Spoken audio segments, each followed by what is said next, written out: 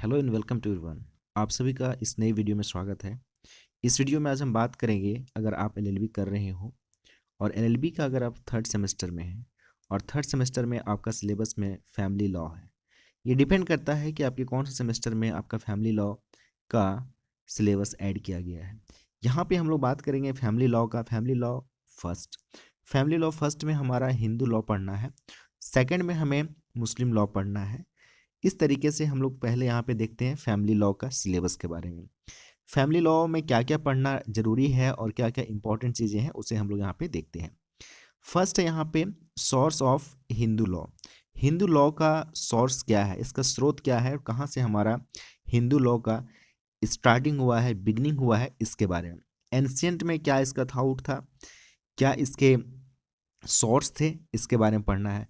Present time में यानी modern समय में क्या इसके हमारे सोर्स हैं हिंदू लॉ का। ये दोनों टॉपिक महत्वपूर्ण है सोर्स को लेकर के। नेक्स्ट है आपका कि हिंदू लॉ को लेकर के इसका स्कूल्स क्या है, इसका कहने का मतलब है कि थाउट्स क्या है। अभी प्रेजेंट टाइम में या फिर पहले के समय में हिंदू लॉ का कौन कौन से स्कूल्स थे।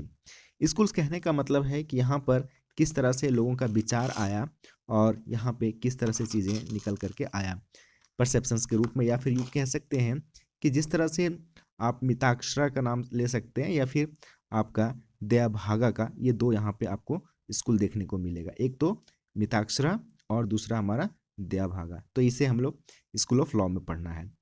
Law relating to marriage, marriage को लेकर के क्या कानून है, क्या लॉ है, उसे जानना है।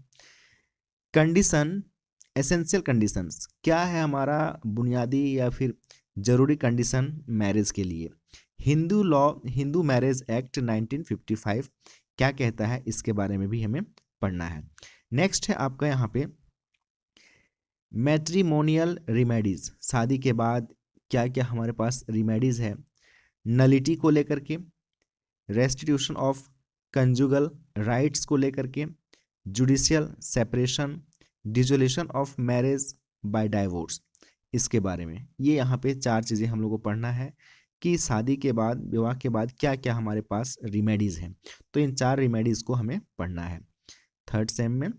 नेक्स्ट यहाँ पे है कि लॉ ऑफ सक्सेशन, उत्तराधिकारी जिसे बोलते हैं, लॉ ऑफ सक्सेशन, जो हमारा हिंदू सक्सेशन एक्ट 1956 है, इसे हम लोगों को पढ़ना है। और इस एक्ट के तहत जो बातें कहा गया है, succession to the interest in coparcenary property, succession to property of Hindu female, succession to the property of Hindu male और डिसक्वालिफिकेशन ऑफ हेयर्स।